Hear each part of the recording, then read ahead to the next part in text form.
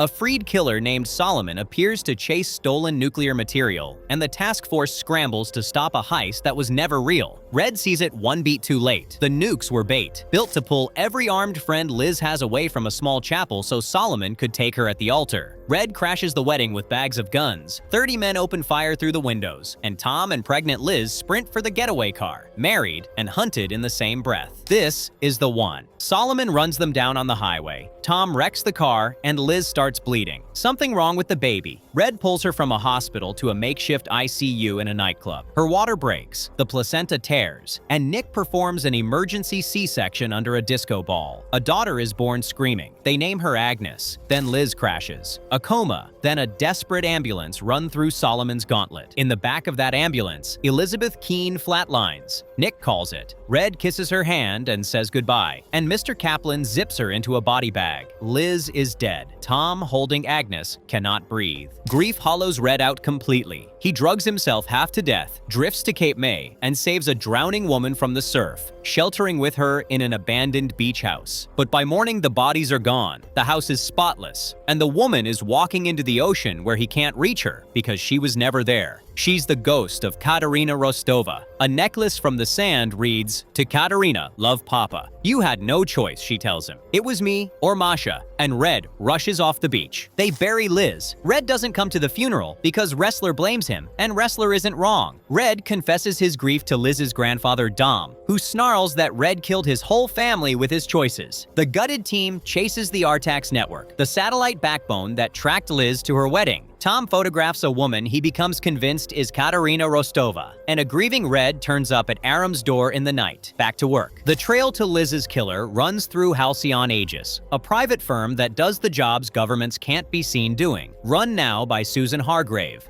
who everyone calls Scotty. Red slaughters her guards and forces a sit-down. She reminds him coldly that she didn't kill Liz, his makeshift hospital did, but she hands over the name of the man who bought the kidnapping, Alexander Kirk. And because she refused Kirk's separate offer to kill Red, Red doesn't kill her. Instead, the two most dangerous people in the room shake hands over a shared enemy. Red, the task force, and Scotty's crew fold into one uneasy operation against Kirk, a billionaire who bought a presidential run to launder himself into power. To flush him out, they rob $300 million from Diaz's campaign fund, a heist that goes sideways when a child takes a bullet. Tom runs the whole gauntlet and shoots Solomon in the gut in a pharmacy over Liz's death. Red gets Kirk on the phone and taunts him, and Kirk just laughs, "You don't have me," and hangs up. Then the knife. Scotty Hargrave is Tom's mother, the son she thinks died as a baby, and she has no idea the man she just offered a job is her boy. Diaz suspends his campaign and calls a hearing to smoke Kirk out, betting a man that proud can't stay hidden. But the real detonation happens in a quiet room, where Mr. Kaplan finally faces Red, because Kate smuggled Tom and Agnes out of the country, and Kate has been lying longest of all. She lays it out. Liz never died. On the drive to that nightclub, ICU, Kate saw her chance. A heart monitor rigged to a training simulator, a beta blocker to drop Liz's pulse below detection, a body bag for under 2 minutes, glucagon waiting, a substitute corpse for the funeral. Liz loved her daughter that much. Ressler tells the room the impossible truth. She's alive. And in a house far away, a man walks up to Elizabeth and says he's been imagining this moment for 25 years. Once he tells her his name was Konstantin Rostov. "Masha,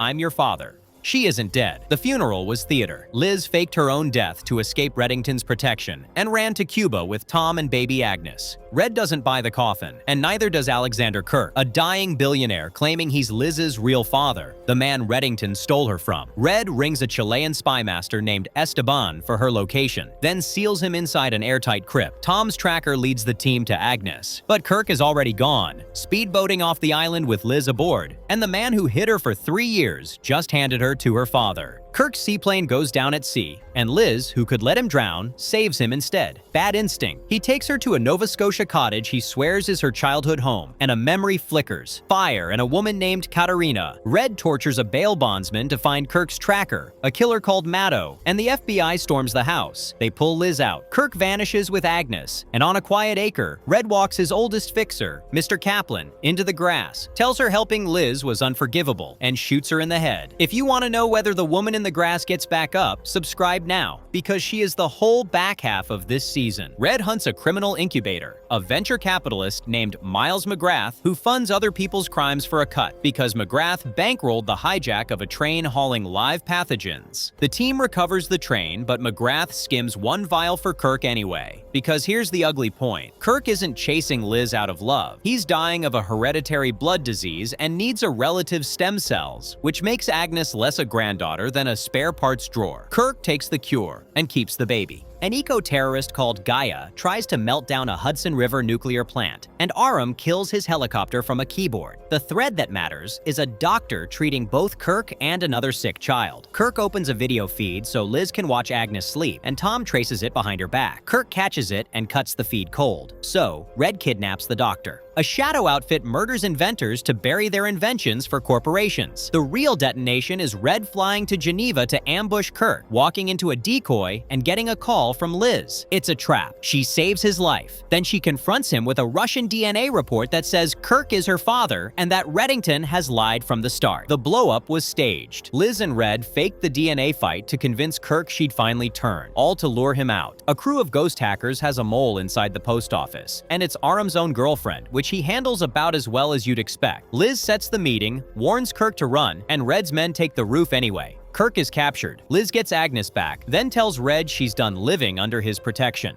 Red chases an identity broker for one name, a scientist hiding as Dr. Adrian Shaw, whose gene research could cure Kirk. Meanwhile, Kirk collapses in custody, and Liz agonizes over donating the marrow that would save the man who stole her baby. She decides to do it. Then the lab returns. The result nobody scripted. Liz is not Kirk's daughter. Kirk, certain Reddington faked it, blows a hole in the hospital, and takes her. Kirk's people rip him out of the hospital and drag Liz along. Here's the twist. Red never grabbed that scientist to let Kirk die. He did it to keep him alive so Kirk would have a reason to spare Liz. Red trades himself for her. Strapped to a chair and bleeding, he gives up the truth Kirk demands. Yes, Elizabeth is my daughter. Kirk would rather die than share the planet with him, and by the time it is over, he is simply gone. No body, no proof. Then Red looks his daughter in the eye and tells her the man who fathered her died when she was small, folding the truth back into the dark. Out in the woods, a stranger nurses Mr. Kaplan onto her feet. A terrorist cell kidnaps Samar to trade for a stolen missile system, and the team gets both back. Then, the gift. Liz receives a full presidential pardon for a killing that should have buried her, engineered quietly by Reddington. Welcome back, Agent Keene. A hedge fund murders people to short their stocks, tipped off by a deaf girl whose hearing aid catches the killer's calls. Aram takes a bullet and lives, but the one who breaks is Dembe, who cannot carry it anymore. Red didn't replace Mr. Kaplan, he killed her for the crime of helping Liz. A crew of thieves who rob only criminals steals the witness protection list, and Liz goes undercover to get it back. Red wanted that list to erase Mr. Kaplan's own sister, a loose end around a woman he thinks is dead. Meanwhile, one of Red's money men turns up dead. No heart attack. Somebody's starting a war. A woman who kills with a touch is picking off Red's associates for hire. Red borrows Tom to flush out the rival he suspects. So who killed the accountant? The dying woman gives Red a name with her last breath, Isabella Stone. He sits with her while she goes. Stone is a character assassin, now aimed at Reddington on someone else's dime. She won't say whose. Meanwhile, Tom's father, a defense mogul named Howard Hargrave, dies in a plane crash, and Tom pulls the thread of his own past, learning he was born Christopher Hargrave, and that a man once confessed to his murder as a child. Tom lays the report in front of Liz. That's the man who killed me. A designer of perfect crimes tries to break a cop killer off death row, and Aram, undercover, kills to stop it. Red drags Isabella Stone off to interrogate her, and Main Justice threatens to shut the task force down. Tom learns his childhood was erased by a bought confession, paid to a dying man reading a script. Then the money funding the war traces back to Red's own account. He's been catastrophically compromised. Red gathers 11 people he trusts with his money to smoke out the traitor, draining his accounts, and someone poisons him at the table. A day to live, Dembe nowhere to be found. Then, Liz calls with the chemistry. The wine was clean, the poison was in the scotch, and only 2 people could reach that bottle. Red is one. When he asks who the other is, the answer arrives before he can say it. No, it can't be. It can be. Dembe, framed and estranged, kidnaps Aram to hack one of Red's lockers and name whoever really got inside. The scanner spits it back, Catherine Nemec, and Red finally understands. The woman he shot in a field is alive, has been all along, and every knife in his back for weeks has been hers. In a cabin, a message waits for her. Reddington found you. Your war has come. No case this week. Just how Catherine Nemec became Mr. Kaplan, a young nanny raising a girl named Masha for a Soviet spy named Katerina, who kills a man in front of her and has Kate bury him. When the American lover snatches the child, Katerina hands her off to keep her alive and disappears. Kate takes a bullet to the skull, survives, and years later, Reddington hires her back with one rule: always choose the girl over him. Now she calls to promise she'll use his buried buried dead to put him in the ground. Mr. Kaplan hires a bounty hunter who seduces her marks before taking them, aimed at Red's inner circle. The real weapon is 86 bodies. Kaplan tips the authorities to a skating rink full of Reddington's victims she buried for him and a ghost from Red's past. An agent named Julian Gale walks in to connect the corpses to their maker. Then Kaplan visits Liz's apartment, holds Agnes, and begs her to walk away from Red. Kaplan hires a memory surgeon to plant a false memory that turns Wrestler into a weapon aimed at a government official. The team stops him just in time. Across Europe, Red pays for the chase. She hands his old buried secrets to the people he lied to, and one by one they turn, until Red guns down a friend and loses his whole European network. She's dismantling him from a grave she never filled. A mercenary who trades an eye for an eye vengeance abducts Liz, and it looks like an old enemy sent him. It wasn't. Reddington hired him, using his own daughter as bait to draw Mr. Kaplan out. Kaplan walks into it to save Liz, because even now she'll always choose the girl. At the standoff, she shouts a warning that it's a trap, protecting the man she's trying to destroy. Then a sniper nobody hired fires from nowhere. Kaplan escapes, and a third player is suddenly on the board. Kaplan sends a master thief to steal one document from a government vault, Reddington's immunity agreement, the paper keeping him out of a cell. Bleed his money, scatter his suppliers, then take the one thing between Raymond Reddington and prison. Red visits Liz's grandfather, tells him Masha is alive, and hands off a contingency in a box. He turns the thief, learns Kaplan's meeting spot, then offers her a quiet island exile instead of war. She tells him to finish the job this time. When the raid comes and Red slips away with the document, Kaplan does the one thing he never planned for. She walks into Julian Gale's office and offers to testify to it all in open court. You have me. Red hunts a fixer who hides bodies for the powerful and digs up a murdered official whose bullet can blackmail the one woman able to bury the grand jury. It works. The investigation vanishes, the immunity paper with it. Gale is left holding a decades-old blood sample, which he runs against Liz and hands her in an envelope. 24 hours, and she'll know if Reddington is her father. Then Mr. Kaplan plays her last card. She drives Liz toward a farm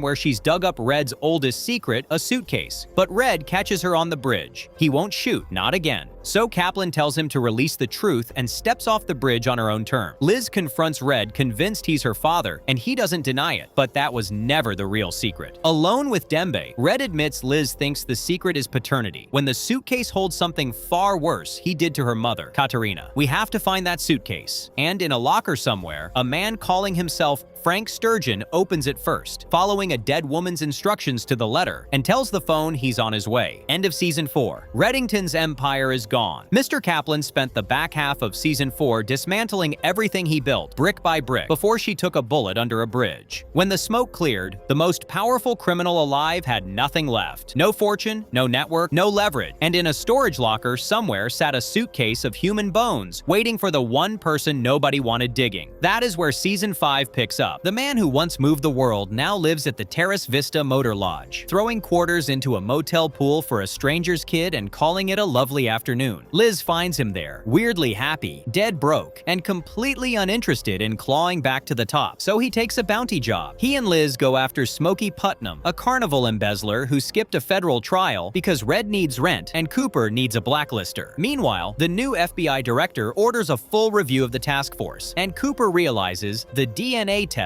proving Reddington is Liz's father is a clock ticking down. But the real bomb is elsewhere. Tom Keene is sitting on that suitcase of bones, and he has quietly decided to find out whose they are. Grayson Blay, a billionaire art thief. The bones start to talk. A string of suspicious police shootings pulls in the team while Wrestler sinks deeper into a hole he will not explain to anyone. To rebuild his shredded reputation, Red drafts Tom into an elaborate con, leaning on the very man secretly investigating him. Neither one knows how badly that partnership is about to end. The Endling, a criminal hunts the last of each endangered species. Red hands over intel on a terrorist and slams the task force straight into a rival CIA unit that wants the same man dead. He and his new partner Hawkins start laying pipe for a money operation, the first real sign the Empire might crawl back, and Tom goes undercover, still pulling the thread, still not telling his wife how deep it runs. Cooper drags Red into a case that is personal to him, a murder-for-hire ring roaring back to life, while Wrestler runs the team, and Tom gets a flat warning to stop digging into the suitcase. He ignores it. The button here is simple. Somebody just told Tom Keene to walk away, and walking away is the one thing Tom Keene has never known how to do. Dembe goes undercover inside a human smuggling operation, and when he goes dark, the team has to punch its way in to save the migrants before they disappear back into the system. But the episode belongs to Tom. His investigation finally corners him, and a man named Ian Garvey corners the bones. The last thing we hear is Garvey's crew radioing that they grabbed Keene and the case, while a captured thug begs for his life by promising to hand them Reddington. This is the one that changes the show. Tom breaks free long enough to call Liz. He tells her he figured out the whole thing, why Nick was killed, all of it, and says to meet him at the house alone. But Garvey and his men get there first. They find the DNA report in Agnes's room, and Garvey tells his men to go to work with a blade. By the time Dembe and Red arrive, both of them are already down, Tom bleeding out on the floor and Liz beaten unconscious beside him. Red begs Dembe to drive faster. When Dembe says they will not make it, Red says call the hospital anyway. Liz survives. Tom does not. She wakes in a hospital bed with Reddington sitting beside her and asks how long she was under. He tells her it has been nearly a year, 10 months. Then he gives her the 3 words the whole season was built to earn. Tom is dead. No Blacklister this week. Just Liz, running. She abandons her old life and drives to a place where nobody knows her name or the depth of her grief, and a stranger's violence forces her into a brutal fight just to stay breathing. It is a bottle episode about a widow deciding whether she still wants to be one. She lives, which means she is coming back, and she is coming back furious. Red points the team at a Blacklister selling secrets from a position of trust, and the case tightens around Wrestler, whose own buried mistake keeps creeping toward daylight. Liz is quieter now, not grieving anymore, just choosing a target. Abraham Stern, chasing a fortune he calls his birthright. The team springs one arsonist to catch another, cutting convicted firebug Earl Fagan loose to hunt the cook. Meanwhile, Liz works Red to find Tom's killers, and she starts wondering whether he actually wants them found. She brings him a glass eye pulled from Tom's crime scene, and he hands her a terrarium of Japanese spiders like it is a party favor. She is watching him lie now, and she is learning his moves. A group of cancer-orphaned kids buries corporate villains alive in a poisoned ghost town, and the team races the dirt to dig out the last victim. Underneath all of it, Liz cracks Tom's briefcase and finds a name scrawled in his notebook, Oleander. She traces it to an old man calling himself Dominic Wilkinson, a retired Russian analyst who freezes when she says Katerina Rostova and admits he knew her quite well. Afterward, he calls Red, furious that he cannot even tell his own granddaughter who he really is. And in her apartment, a detective phones Tom's killer, and the killer is holding a U.S. Marshal's badge. The Blacklister builds airtight alibis for murderers, bending time itself into cover stories, while Liz's badge hangs on convincing a court-ordered therapist she is stable enough to carry it. She lies to the shrink beautifully, which tells you exactly how far gone she already is. Aram gets shoved into the field to chase a woman behind a deadly viral outbreak, and Red hunts a clever fix for a tax problem inside his laundering empire. One more brick in the rebuild. Liz keeps working her own angle on Tom's killers, closing on the man with the badge. Liz reopens a cold case from her profiler days and uses her sessions with Dr. Fulton to go spelunking in her own darkness. The team moves to take Tom's killers down through the courts. Red decides the courts are far too slow and starts closing on Ian Garvey his own way. 2 roads to the same dead man's murderer, and they are about to slam into each other. A Nash Syndicate associate turns up dead, and Red steers the team onto the case to grab evidence that could bury Ian Garvey. Aram considers a real future with Samar. Everyone is circling Garvey now, and everyone wants that bag. The hunt for Garvey goes to Paris, chasing a heroin supplier who feeds the Nash Syndicate. Red squeezing the network to squeeze the man, but Liz no longer trusts what Red is truly after, so she stops following his map and draws her own, aimed straight at Garvey. The alliance is cracking wide open, and she is done sharing. Liz reaches Garvey first and arrests him, and the marshal offers up Reddington's secret in trade for a deal. That is when Jennifer walks in. She tells Garvey she is Liz's sister, then turns to the room and lays down the truth she has carried, that she is Reddington's daughter, the little girl he abandoned on Christmas Eve 28 years ago. Garvey saved her once. Now she begs her father to save Garvey. Instead, Garvey ends up on the floor of Pete's Tavern with a bullet in him, and Reddington leans over the dying marshal demanding to know what is in the duffel bag while the monitors flatline. Garvey takes the secret to the table, but he was never the only one who knew. An unidentified little girl surfaces with a thread tied straight to the secret Red is protecting, and when her family moves to bury their own truth, the case becomes a scramble to keep the child breathing. Liz is done being handled. Every road now runs to one duffel bag and one final buyer. Samar lands in a blacklister's crosshairs, and Aram tears the team apart trying to reach her in time. Meanwhile, Red flies to Costa Rica to stop the duffel bag from selling at an underground auction to the highest bidder. He does not get the bag, but he learns exactly where it is headed next, and so does Liz. Liz and Red close the season racing each other for the same man, Sutton Ross, who is holding the bag and a 30-year grudge over a con involving a dodo bird. Red lets himself get taken so he can reach the bones. Ross tortures Liz for the DNA report. It ends the way these things always end. The bad guy dead on the floor, the bureau confused but satisfied, Reddington gone with his precious secret buried. Except it is not buried. Liz has it now. Working with her sister Jennifer, she got there first, and standing over Tom's grave, she finally says it out loud. Those bones in that bag are Raymond Reddington's, the real Raymond Reddington. Her father, the man she has called Reddington for 5 years, is an imposter. He took Tom's life to keep it hidden. Now she is going to figure out why, and then she is going to destroy him. End of Season 5. The last thing Liz said out loud in Season 5 was that the man she calls Reddington is an imposter, that the bones in that duffel bag belong to her real father, and that she would learn why he did it and then burn him down for it. Here is what she actually does with all that rage. Nothing loud. She keeps smiling across the table from him. She keeps taking his cases, and behind his back, she and her sister Jennifer start quietly pulling on the one thread that unravels everything. The night the real Raymond Reddington died, Dr. Hans Kohler. Red drops a plastic surgeon on the task force, a ghost who builds brand new faces for wanted criminals, and then vanishes. Everyone assumes Red just wants the doctor off the board. Liz knows better, because Kohler is the man who once rebuilt somebody she is very interested in. So while the team hunts the surgeon, she and Jennifer track down a small-town sheriff and a motel nurse from the night of the fire, nailing down the exact date the real Reddington burned. Red walks away with his prize. Liz walks away with a headstone. Neither one says what they were really chasing. The task force sprints to stop an elusive bomber before he levels a target, and they lose the race by inches. But the episode was never about the bomb. It was about Liz finally deciding she cannot work beside a liar for one more day. She feeds a stranger his location. A homeless woman makes a phone call, and by the final minute, the most wanted man in America is face down on a New York sidewalk in handcuffs, arrested by a beat cop who has no idea what he just caught. Liz put him there. Nobody knows it yet. The team hunts an underground biohacker peddling illegal cures, while Red, now sitting in a cell, quietly starts engineering his way out. The prosecution wants to shred his immunity deal and try him for treason anyway, and Cooper gets handed a choice that could sink his career to protect a fugitive he cannot stand and cannot quit. Red gets acquainted with federal prison, which mostly means running into an old rival who would love to watch him bleed. Samar goes undercover on a black market outfit that fronts cash to criminals, and Liz and Jennifer keep digging into a past that keeps not adding up. Red survives day one. Barely, and on purpose. The trial begins, and the whole fight comes down to one question. Is his immunity agreement worth the paper it is printed on, or is the government free to hang him? Meanwhile, the team works a man whose sudden inheritance smells like a con, and Dembe, watching his boss circle the drain, offers him some hard advice about how a man should meet the end. Red is not interested in meeting anything. He wants to win. Red games the system by requesting a psychiatric evaluation, which buys him a transfer to a federal medical institution and a little breathing room. Liz and Jennifer use his absence to go after a blacklister they believe is sitting on secrets about who Red really is. Every stone they turn over has his real face carved on the underside. Red and Dembe pull in their pilot Glenn to quietly stack the jury for the trial, because Red does not believe in leaving verdicts to strangers. The task force chases a string of impossible deaths caused by weaponized insects. One case is murder by nature. The other is Red buying 12 strangers to say the words he needs to hear. Liz and Jennifer go looking for a woman who might know the secret at the center of everything, and they walk straight into the sights of a ruthless smuggler. Cornered, Liz does the thing she swore she would never do again. She asks the imposter for help. Red, meanwhile, brokers peace between two rival prison gangs, still the most dangerous man in any room, cage or not. Verdict day. As the team works a blacklister who trades in ruinous secrets, Wrestler slips into court and hands the defense a tape. Katerina Rostova and Alan Fitch of the Cabal, ordering the real Reddington framed and ruined by Christmas. It is the proof that Red was set up 30 years ago. The jury returns 2 words, not guilty of treason. But the real turn lands after, when Dembe quietly figures out that Liz is the one who turned Red in. He covers for her. He lies to the judge and lies to Red. And when Red goes looking for the traitor in his house, the trail dead ends at a homeless woman who never recognized Liz's photo. Red exhales. She didn't betray me. He is wrong, and the one man who knows will not say a word. The crypto banker. Red gambles recklessly to buy back his freedom outright. Now it is a rescue. To save Red's life, Liz and the team make a desperate play to crack open the truth behind an international assassination, one that reaches far past a single dead man and starts to smell like the country itself is being set up. Cooper lays his own reputation on the White House altar and appeals directly to power, while Samar's nerve in the field gets tested. It works. Red walks out a free man, the fugitive everyone loves to hate, living to fight another day. But the win comes wrapped in a warning. Somewhere out there is a missing dossier. 3 people are already dead to keep it hidden, and a plot against America is just beginning to breathe. Red and the team chase one of history's slipperiest conmen, a legend who has been dead on paper for decades. Underneath the caper, Samar sits in a neurologist's office and hears the word dementia, the slow-motion cost of every time this job nearly killed her. She can't have kids. She can't unhear it either. Red points Liz at a guild of assassins hired by intelligence agencies to erase their own retired ghosts, and the first name on their list is Samar. She survives the contract. What she cannot survive is what it confirms. That staying means watching Aram lose her piece by piece, so she chooses to vanish while she can still say goodbye on her own terms. Nobody gets a clean exit. The task force hunts a woman who stages hostile takeovers of criminal empires and may be holding intel on a conspiracy tied to presidential advisor Anna McMahon. Aram, gutted and looking for something to hold on to, hatches a daring scheme to grab leverage over Red. Everyone is finally smelling the same rot at the top. Liz and Wrestler work a blacklister who erases gambling debts for a price that ruins people slower than the debt would have. Off the books, Red is quietly testing the loyalty of his own associates, hunting for whoever handed him to the police. Dembe watches him get closer to a truth that ends at Liz. Red and the team race to stop anti-capitalist terrorists from kidnapping and torturing the children of the ultra-rich. Meanwhile, Wrestler goes behind Liz's back and starts pulling the file on her mother, the vanished KGB legend, Katerina Rostova. The woman on that tape is supposed to have drowned 30 years ago. Wrestler is no longer sure she did. A frozen corpse turns up in the woods and drags the team into a cold case gone viral thanks to a true crime podcast. Red visits Dom Wilkinson for help making a decision he can barely say out loud, and Wrestler keeps digging until he finds a piece of Katerina's past that changes the shape of everything. The ghost is looking more alive by the hour. The game changer. Alone and hunted after a mission collapses, Katerina Rostova runs for the only man who ever swore to protect her, and the show finally opens the vault. 30 years ago, a spy named Ilya Kozlov pulled the dying real Reddington from a fire, and when framing had already turned Raymond into a fugitive nobody would look for, Katerina made her play. Ilya would take the dead man's face, walk into his banks, drain his 40 million, and use the imposter's whole existence as a shield around her daughter Masha. Dom is Katerina's father, which makes him Liz's grandfather. Liz flies across the world and drops it all on Red's plate. I know you're Ilya. Red offers her Popeye the Sailor Man and a slice of goose. Then Dom and Red talk alone, calling the whole thing a charade one of them architected. And you realize the tidy story Liz just swallowed might be one more mask. Children are being abducted in identical fashion, and the team scrambles to find the kidnapper before the count climbs. Red goes hunting a man who can find anyone, feeding a private obsession, and Liz, worn down to the wire, starts weighing whether she can keep living inside this lie at all. The person Red wants found has been dead for 30 years, unless she isn't. It becomes a flat-out sprint. Anna McMahon squares off against Cooper and the team in a winner-takes-all chase for the missing dossier, the one holding proof of a conspiracy against the United States. The Corsican slipped the plans for a terror attack into a schoolboy's backpack. McMahon is running the operation from inside the government, and the drive that can expose all of it is loose in the wind with a child caught in the middle. The whole conspiracy finally shows its face, and the face belongs to the president. Red walks into a room with First Lady Miriam Diaz and lays it bare. The assassination attempt that grazed her was never a miss. Her husband ordered it to silence the proof she was holding, a buried hit-and-run killing that Russian oligarch Konstantin Rostov's money paid to erase. Red exposes President Robert Diaz to the world. The man resigns. The Bureau opens a criminal case, and a wanted fugitive takes down a president with pleasure. Liz, for the first time in years, breathes easy and takes Agnes home, finally at peace with knowing who Red is and that she is safe. And then Red gets a call. They found her. Paris. He and Dembe stand at a door, and a woman turns around. Katerina, alive. Red's face when he says her name is not relief, it's dread. Are they watching? He says, you're not safe. End of Season 6. Paris. A hospital bed. Raymond Reddington wakes up unable to feel his legs, and the last face he remembers belongs to the woman who put him there, Katerina Rostova,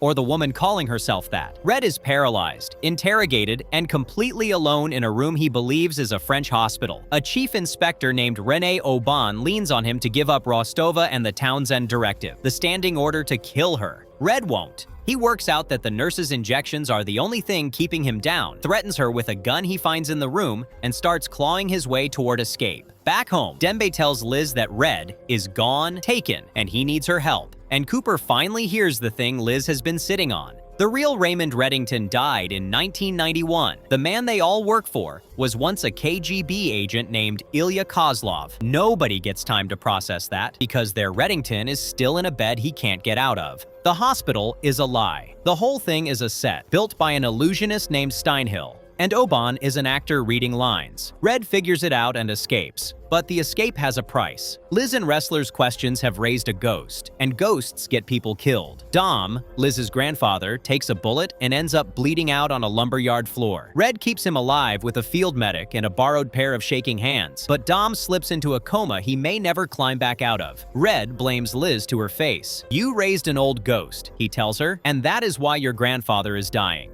Then a warm, older woman named Maddie Tolliver moves in next door to Liz and Agnes, all cookies and kindness. You remind me of my granddaughter, she says. Nobody clocks it yet. Aram goes undercover into a secret society of wealthy lunatics who bet on strangers trying to survive rigged death traps. He pulls a woman out before the drowning starts. The team storms the party, and the society devours itself, turning on its own host. But the scene that matters is next door. Maddie reads fairy tales to comatose Dom. Little Red Riding Hood, the wolf, all the better to eat you with. She tells Liz she is estranged from her own daughter and desperate to make amends. She means every word. She just isn't saying which daughter. Cooper's turn to bleed. A soldier he served with in Kuwait, Daniel Hutton, long presumed dead, resurfaces alive as a prisoner of war, carrying a secret about missing money and a call Cooper made decades ago. No blacklister this week, just a man Cooper thought he'd buried, back to test what kind of officer he really was. Red points the team at Norman Devane, a germaphobe who weaponizes disease. Devane is infecting genetically matched teenagers at a boarding school, then curing them, running a live trial to save his own skin from a drug-resistant infection that nearly killed him.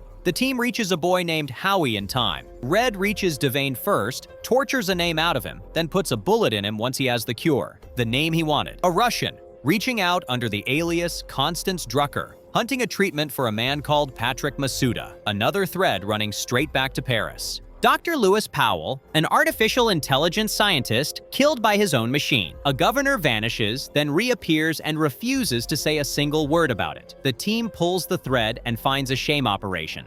Not the crime family everyone assumed. Meanwhile, Red and Dembe surveil someone close to Katerina, and Katerina's own scheme drifts far too near Agnes for comfort. Red needs a man who moves money without leaving a trace, so he aims the team at a Hawaladar. He is hunting the money that leads to the woman from Paris. And at home, Agnes brings her mother news that lands harder than any blacklister. Red and Liz chase Orion, a service that makes criminals vanish for good, murder included, and Red is certain the woman from Paris is buried somewhere in its files. She is, because Maddie is Katerina, and Katerina has captured the real Ilya Kozlov and is running recovered memory therapy on him through a doctor named Skovich to pull everything he knows about the impersonation and the Townsend directive out of his head. Red's raid gets close, so Liz finally does the math and points a gun at her sweet new neighbor. You lied your way into my life, Liz says. Give me one good reason. Katerina gives her the only one that works. You already know it, Masha. I'm your mother. Liz makes her choice, and it isn't the one anyone wanted. She covers for her mother, feeds Cooper and Red a false name, and helps Katerina stage her own death in the street, so Townsend's bounty hunters call off the chase, and Red believes she's gone. Red tells Liz the woman is dead. Liz plays along, plays shocked. Then her phone rings. Did he believe it? Katerina asks. Like a charm, Liz says. This is our secret. I'm a Rostova. In a quiet hospital room, Liz tells comatose Dom she is going to let her mother dig out everything Red has been hiding. The daughter just picked a side, and it wasn't the bureaus. Victoria Fenberg, an art forger, sabotaging Red's stolen painting sales. Cornelius Ruck's Island of Art Thieves becomes a locked room murder. Newton Purcell, a blacklister with a peculiar condition, hits data centers. A disappearance in the Alaska Triangle turns personal for Agent Park, who has her own history with the cold and the man behind the vanished cargo. Meanwhile, Aram asks Red to quietly find out what really happened to Elodie's conveniently late husband, and the answer is not the comforting kind. A blacklist case splits the team down the middle. Red decides a gun manufacturer named Gordon Kemp has earned a sentence no court will ever hand down, and Cooper sets a trap to prove Red's people can't be trusted. Liz stands with Red. It meant a great deal, he tells her, to know you were on mine. He shouldn't get comfortable, because a private eye in a blue Malibu, the one that had panicked Ilya Kozlov, certain he was being followed, turns out to work for Liz. She knows Red isn't really Ilya, and she has been hiding it from him the whole time. The team reopens a cold case. A man who murdered his wives, yet quietly set money aside for their children. A conscience that somehow reads scarier than a plain monster. But the real fire is Dembe's. His imam is kidnapped by people posing as terrorist hunters, and every road bends back toward Red's enemies. Liz corners the investigator she once feared and names the prize.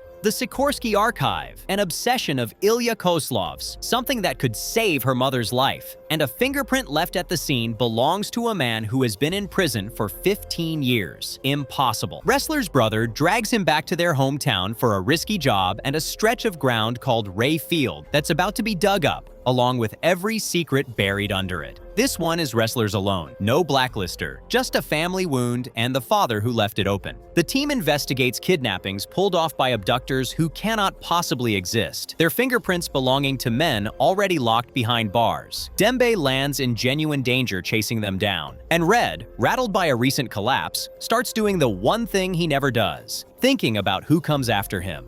The finale. Red hunts an accountant named Frank Merwin and the thuggish brothers hired to protect him, but the case is only a means to an end. The Kazanjians point to Wayne Otta, and Otta points to Maddie Tolliver. The mother Red swore to Cooper he would not kill, so Red baits Liz. He tells her about Otta just to see whether she'll warn her mother off. She doesn't, and that silence fools Red into believing Liz is finally on his side. At the exact moment she commits herself to the opposite. At Dom's bedside, Liz finally says it out loud. My mother, I'm on her side now. Anyone in her way is in my way. That includes Reddington. She used to fear the darkness Red carried into her life. Now she calls it her destiny, and she isn't afraid of it anymore. She picks up the phone. Mother, it's me. I'm ready. Season 8 opens with Raymond Reddington doing the one thing he almost never does, losing. Katerina Rostova put him in a coma, captured him, nearly killed him, and she is still hunting the secret he has spent 30 years burying. His oldest friend Dom is in a hospital bed recovering from the same woman, and the daughter Red has protected her whole life. Elizabeth Keene has stopped believing a word he says. She knows he lied about being Ilya, and she has picked her mother's side. The board is set, and for once, Red is behind on it. Red hands the task force a criminal called Roanoke, a man who makes people vanish the way you would erase a name off a whiteboard. Roanoke was hired to disappear Maddie Tolliver, and the trail leads back into Liz's orbit. But the case is the smallest thing in the room. Dom wakes up, his seizures fading only if he stays calm. A cruel joke for a man surrounded by these people. Meanwhile, Liz is quietly working a secret plan with the mother she just found. Red wants Masha's trust back. He had it. Thanks to Katerina, he does not have it anymore. And Katerina needs one thing: time. This is the one that breaks them. Katerina goes hunting the identity of N13, the ghost the whole underworld chases, the reason the Townsend Directive put a global bounty on her head. She corners a Townsend man named William Heidegger and offers him a name in exchange for her life. Then she says it out loud. Reddington is N13. He has the archive. And that is the moment Red decides she cannot leave that park alive. Dembe drops Liz off and cannot look her in the eye. Liz calls Wrestler and begs him to send units because she finally understands what is coming. Red stands in front of Katerina with a pistol, and she smiles and tells him he can never pull the trigger because Elizabeth loves her mother too much to forgive it. Red does it anyway. Now Liz is not grieving. She is at war. She tells the man who raised her and killed her mother, flat out, "You taught me to think like a criminal, so now I am one, and I am coming for you." Red warns her it would be a mistake. Liz says she has the one thing he never will. She is willing to kill him. She is right, and he knows it. So Red goes to Cooper and asks for help doing the only thing left, putting Elizabeth Keene at the top of the blacklist. Liz runs, and she runs smart. She plays the task force like a fiddle, using their love for her to send them to a train station while she slips in to grab her daughter Agnes. Then she goes after Red's money. Marvin Gerard flipped, and Gerard's number 2 turns out to be in Liz's pocket. So with one transfer, she peels 35 million euros out of Red's empire and vanishes with Agnes and the cash. Cooper and the whole team offer to resign because none of them can honestly say they wanted to catch her. The Fribourg Confidence, robbers who steal only from other criminals. Aram goes undercover inside the Wellstone Agency, which quietly serves criminals. 2 blacklisters, 1 clock. Chemical Mary is one of them. Ogden Greeley, a defense contractor, simply vanishes. The blacklister is a human puppet, someone who speaks another's words through an earpiece, so you are never really talking to who you think you are. Fitting for a show where nobody is who they say. Townsend stops sending soldiers and sends a specialist. Dr. Lakin Perillos is a torture artist with unorthodox methods, and she gets her hands on Red and Dembe. This is the war turning physical, blood instead of chess. The first sign Townsend means to take Reddington apart piece by piece rather than outmaneuver him. An abduction sends the team hunting Captain Kidd, a geocaching fixer. The task force gets dangerously close to naming a Russian asset buried inside the United States government. Cooper wants Rakuten in an interrogation room, and Reddington cannot allow it because Rakuten was his own creature and knows too much. So Rakuten dies before he can speak, and Cooper knows exactly who arranged it. Then Red's own SVR handler threatens him with the full weight of the service, and Red backhands him across the face and promises to crack that thunderbolt somewhere the sun does not shine. The mask is slipping, and the people who own N13 are starting to circle. Then, a breath. Red slips away to a quiet home in rural America to sit with a woman named Anne, a friend, maybe more, and for one strange hour he is not a criminal or a target or a father who killed a mother. He is just a tired man at a kitchen table. In this life, tenderness is a loan, and the interest is always brutal. A retrospective, retracing the exact steps that carried Elizabeth Keene from grieving daughter to enemy combatant. Every turning point that pushed her toward the most dangerous alliance she could make. The show holds up a mirror before the endgame, because Liz is about to shake the hand of the one man who wants Red dead as badly as she does. The team schemes to steal a Soviet-era cipher machine to crack a set of coded messages, while Townsend puts Liz's loyalty on the scale.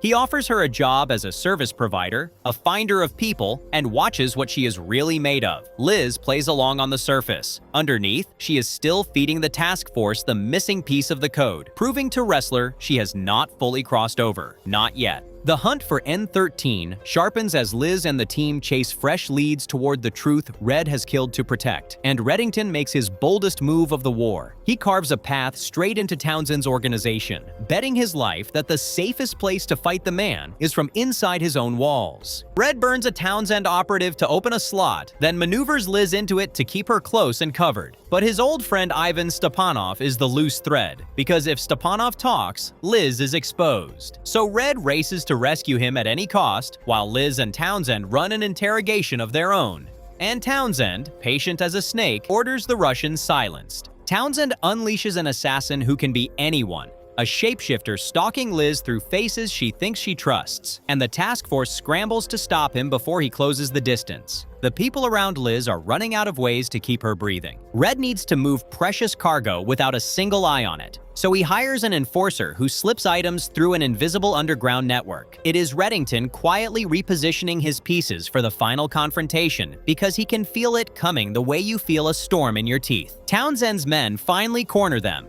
and Liz, Red, and Dembe have to fight side by side just to survive the night. Red walks into the trap, says checkmate, and guns down the man about to kill his daughter. And Liz, saved again, turns the pistol on Red anyway, listing the dead: Tom, Essie, Jennifer, her mother. But they are out of time, so they run together. Red takes her across the ocean to a seafood front on the Baltic coast, the epicenter of everything, and tells her the truth she has chased her whole life. He is N13. The Sikorsky archive was not stolen, it was a gift, and the whole network exists for one reason: to keep her safe and her mother hidden. This, he says, is the Blacklist. Townsend follows them into the Latvian nest, and the last walls come down. Cornered, dying, Red confesses the deepest secret of all: that decades ago, he gave up his own life to live as Raymond Reddington, out of a love so total that Townsend admits he cannot imagine it. Townsend offers his entire empire just to watch Liz die. Red floods the room with the most flammable gas on Earth and burns Neville Townsend and his men out of the world. The directive is over, the bounty is dead, and Red at last has won the war he has been fighting his whole hidden life. Townsend is dead. Liz took a bullet clean through, no organs hit, and for the first time there is no one left to run from, which is exactly when Red tells her the price of the last secret. To learn who he truly is, to read her mother's letter, she has to kill him, publicly, stand over his body so the whole world believes Elizabeth Keene seized his empire by force, because a fugitive cannot survive that world unless she becomes bigger than it. He plans his own execution down to the ambulance and the leaked CCTV. Liz half agrees, kisses her daughter goodnight, tells Agnes she loves her to the moon and back. Then on the sidewalk outside Pasquale's restaurant, when the moment comes, she cannot pull the trigger.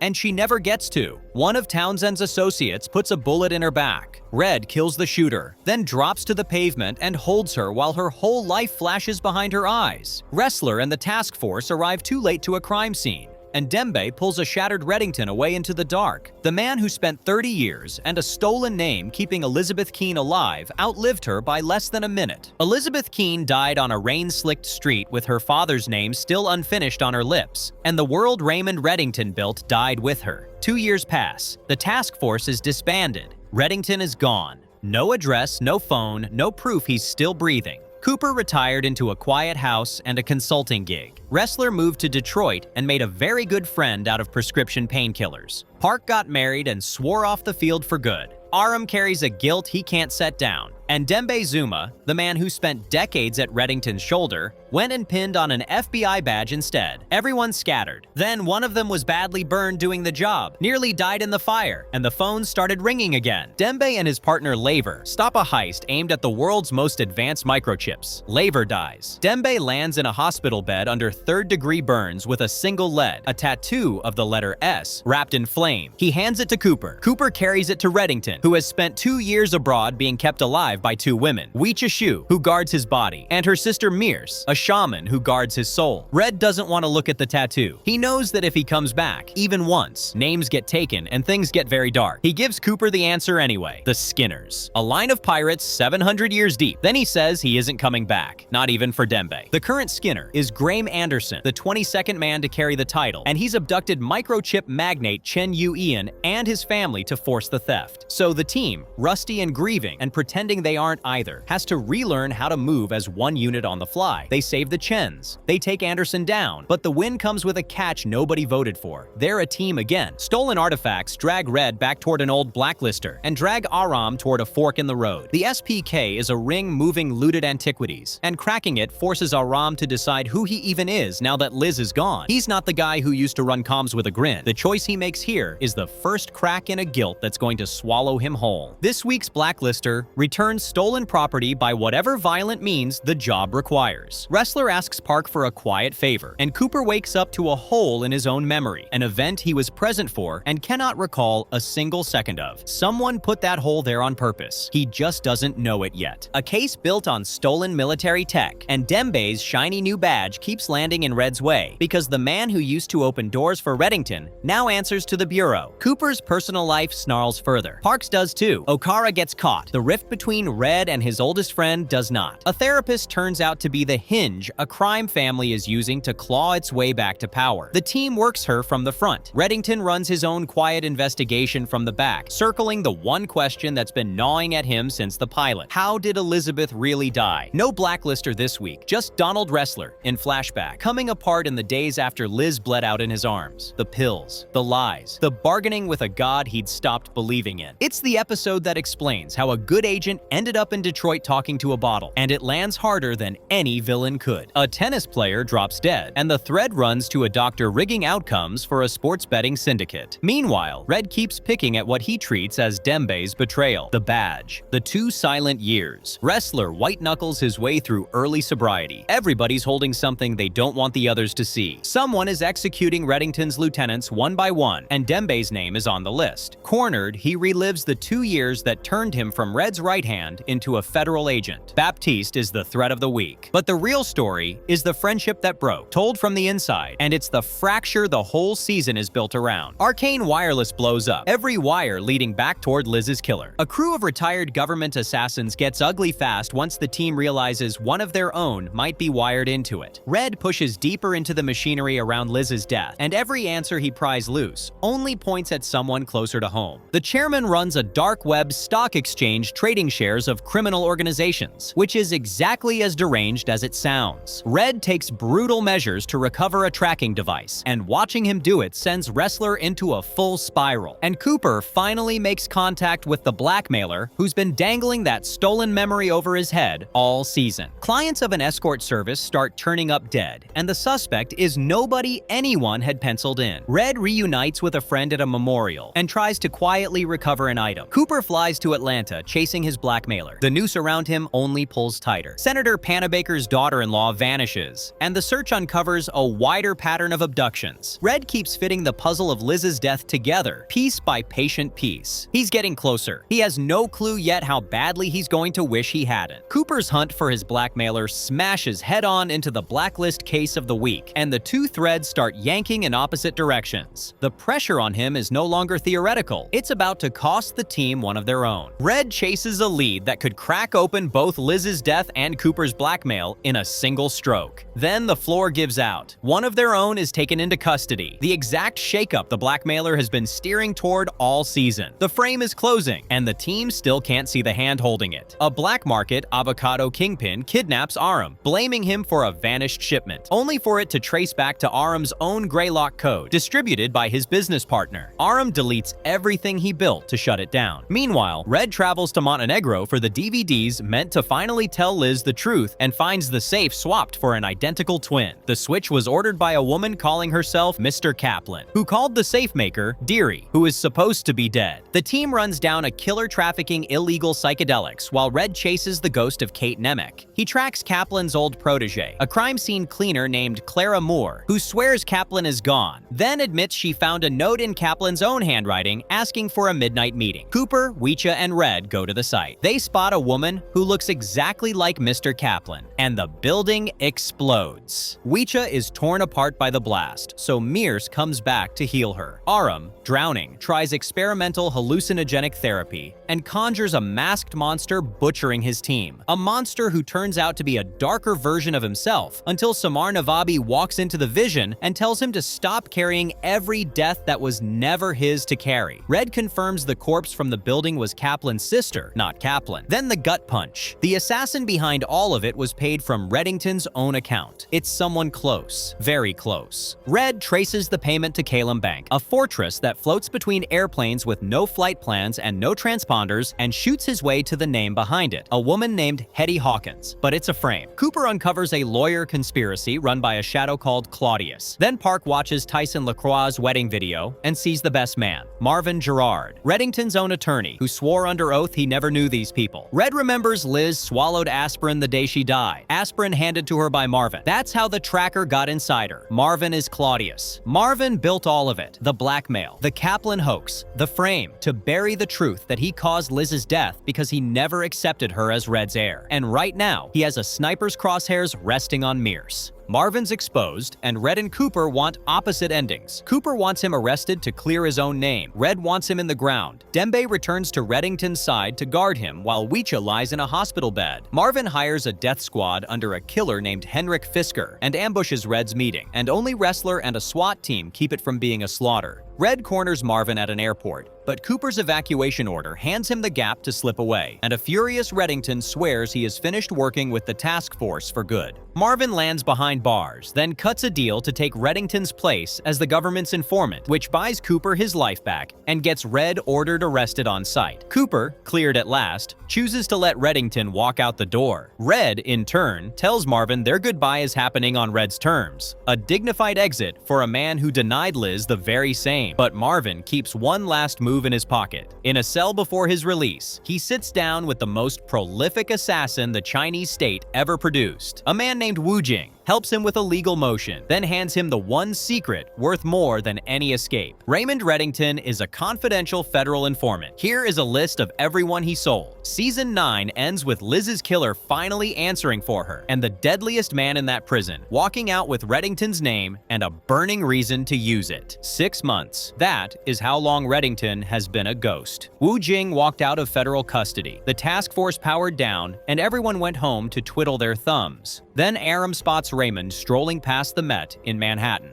No car, no security, looking somehow wrong. He calls out. Raymond climbs into a cab, and a townhouse on the Upper East Side detonates. So the team reassembles around one ugly question. Why is the man who vanished blowing up buildings on American soil? A former blacklister turns up in the rubble, and the answer points somewhere nobody wants to go. Wu Jing is not just free, he is building something. Enter Xia Malik, on loan from MI6, daughter of the late Mira Malik, freshly minted after Wu Jing slaughtered her entire team. She signs on knowing exactly what the job is. You work with Raymond Reddington, and there is no going back. The case is a high-stakes poker game threaded to Wu Jing's money, and the team works to infiltrate it. Meanwhile, Agnes is being bullied at school, and Red and Cooper cannot agree on whether the fix is a gentle word or something with more teeth. Small thing, but it tells you the family is still worth protecting, which this season is the whole ballgame. The Four Guns. A hit on Panabaker uncovers world-class pickpockets, and still, it is always Wu Jing.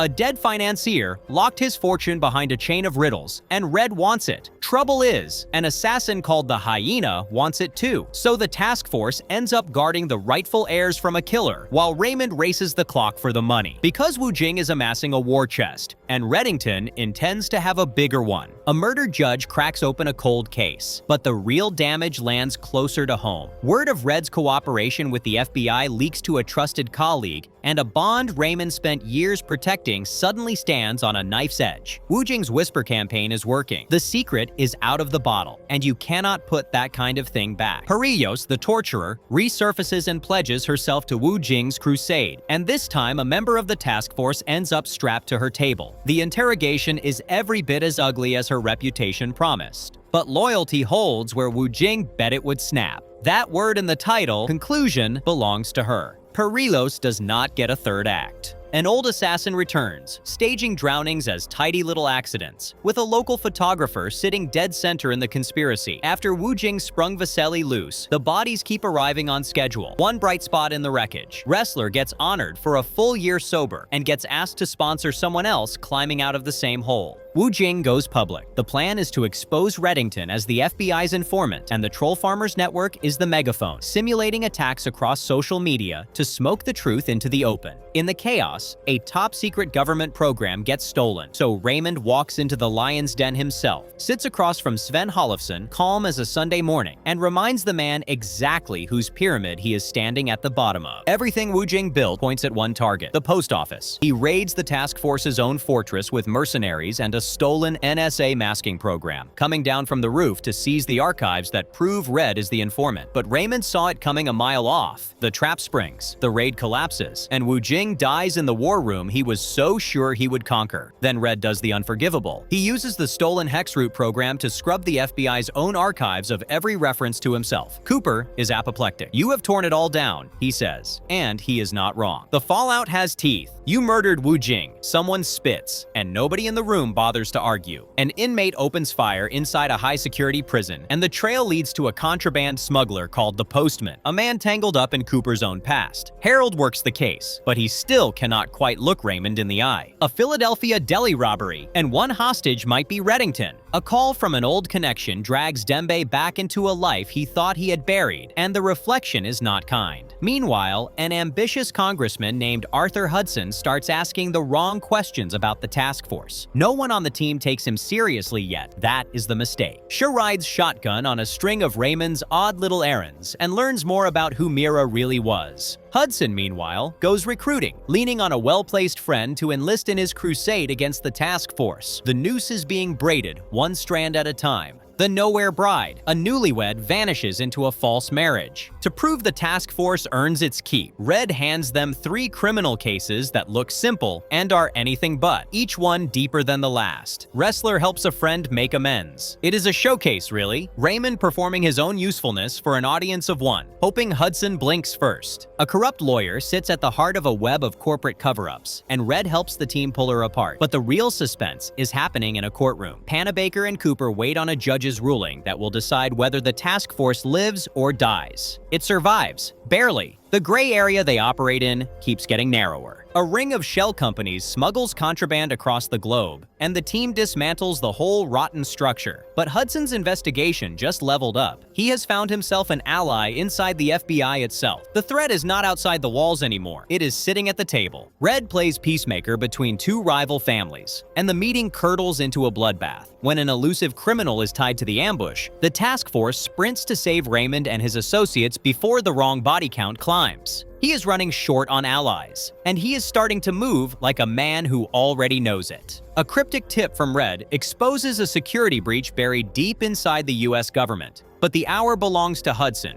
who takes his biggest swing yet, securing a warrant to wiretap Wrestler's phone. He is not circling the task force anymore. He is inside it, listening to every word. Cooper gets summoned by the Attorney General and spends the whole hour on the back foot, defending a decade of impossible choices. And Raymond starts saying goodbye. He visits dear old friends, calls on Hetty, settles his accounts, signs over ownership, airs out a life he is quietly decluttering for good. Vaya con Dios, he tells one of them. He knows. Long before anyone else does, Raymond knows exactly how this ends. Hudson finally gets what he came for. Dembe Zuma, arrested, cuffed, branded as Reddington's man on the inside. During the transfer, Red springs an ambush to free him. A crash, a gunfight in the street, and then Hudson raises a weapon on a wounded, pinned Dembe. Wrestler shouts, Raymond warns, and in the chaos of screeching tires and shattering glass, the last confrontation of the whole series finally detonates. Hudson fires. The bullet takes Dembe in the neck. Raymond answers with a single shot to the head, and the congressman drops. Then Red does the only thing that has ever really mattered to him. He carries his oldest friend to a small hospital in DC, gets him into emergency surgery, and transfuses his own blood into Dembe's veins. It is the decision that saves him. Back at the post office, Hudson's friend Agent Nixon swears to anyone who will listen that he will put Reddington in the ground the second he is caught. Shah and Herbie overhear, and Herbie walks. He cannot be part of hunting the man his family loves, so he leaves the task force behind. Cooper confronts Nixon, nearly comes to blows, and stands by every last thing the task force ever did. Meanwhile, half a world away in rural Spain, Raymond wakes in a quiet pension and wanders down to the market for watermelons, fumbling the language, charming a vendor's daughter into helping. He phones the hospital just to hear Dembe's voice one more time. He has no idea Wrestler is already in the very same town, chasing a 10-year-old memory that Dembe handed him. Angela stalls at the door and swears she has never seen the man. But the watermelon seller does not stall. He points Wrestler straight to the staff pension. Wrestler races there and finds Raymond's belongings, and no Raymond. He has gone out for a walk in the bullfields. No car, no weapon, nothing but a glass bottle of water. And out on the open plain, alone, a bull finds him. There is a long, still stare between them.